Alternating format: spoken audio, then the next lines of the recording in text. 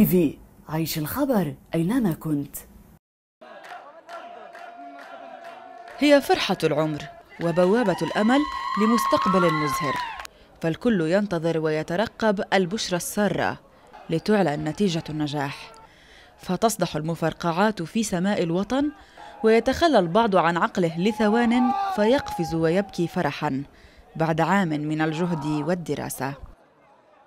اجى بيحكي لي جايب 62 وشي بيحكي لي راسي مش راضيين يعطوني الشهاده. الحمد لله جبت معدل يعني مش كثير، بس الحمد لله يعني بعد ليله كانت صعبه كثير كثير كثير. من الساعه 5 الصبح وانا على باب المدرسه مش يعني يوم وصلني المسج من على الجوال يعني شعور لا يوصف.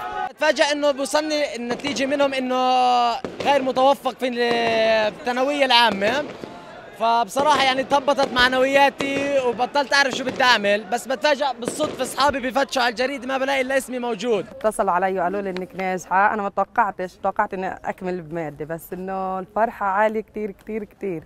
والله انا كنت بالبيت لما اجتني النتيجه، فشعور اهلي كانوا كثير مصدومين انه انا ما اعطيتهمش امل، بس انا كنت اعرف انه انا ناجحه. دموع اخرى رافقت عيون طلاب الثانويه العامه، منها من عبرت عن رهبه الانتظار، ومنها من كانت رفيقة من خاب أمله، وللخيبة أسباب: صعوبة امتحانات، زمن قليل، أو لم يجد ولم يجد.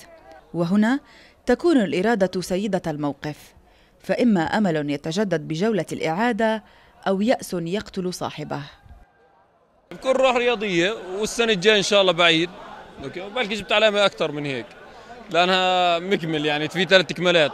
يعني الصراحه عادي، بكيت يعني متوقع ان ارسب بالماده اللي هي ماده الاداره، لاني يعني الصراحه خبصت فيها، بكيت متوقع ان ارسب فيها. فاجيت على النتيجه وشفت الشهاده لقيت يعني فعلا راسب ماده الاداره، وان شاء الله يعني بدي ادرس بعيد يعني واجيب فيها علامه منيحه منيحه. اختلطت المشاعر واختلفت داخل اسوار المدارس بين رابح وخاسر، وتوحدت بين الاصدقاء، فمنهم من فاقت فرحته الصورة، ومنهم من امتنع عن التصوير ليداري خذلانه.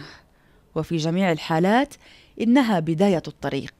بين فرحة النجاح وخيبة الرسوب مشاعر لم يعبر عنها إلا بالدموع، لمستقبل توضحت معالمه وآخر ما زال مجهول. لتلفزيون القدس لاما أبو هلال، رام الله.